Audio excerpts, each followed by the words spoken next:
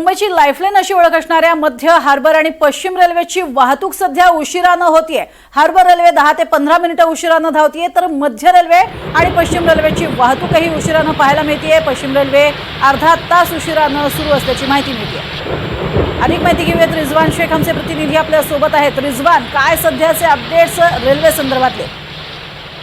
सध्या आपण जर पाहिलं तर मला तिसऱ्या दिवशी मोठ्या प्रमाणात पावसाने हजेरी लावलेली आहे।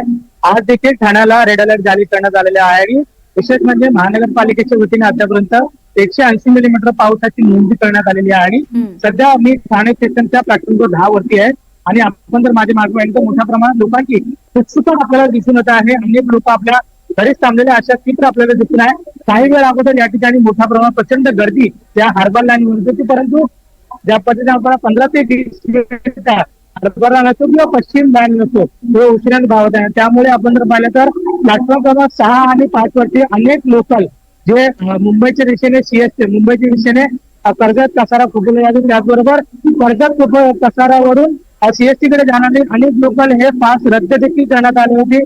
त्यामुळे लोकांची देखील गर्दी याच्यामध्ये वाढताना दिसते। परंतु सध्याची परिस्थिती अशी आहे की ठाणे स्टेशनवरती मोठ्या प्रमाणात गर्दी आपल्याला दिसत आहे। अनेक लोक घरी काम करण्यात दिसून येतात। नक्कीच, तुर्तास धन्यवाद या संपूर्ण माहितीसाठी। तर आता आपण बघतोय की रेल्वेवरती जी गर्दी आहे, स्थानकांवरची गर्दी आहे ती मात्र कमी झालेली आहे आणि कारणच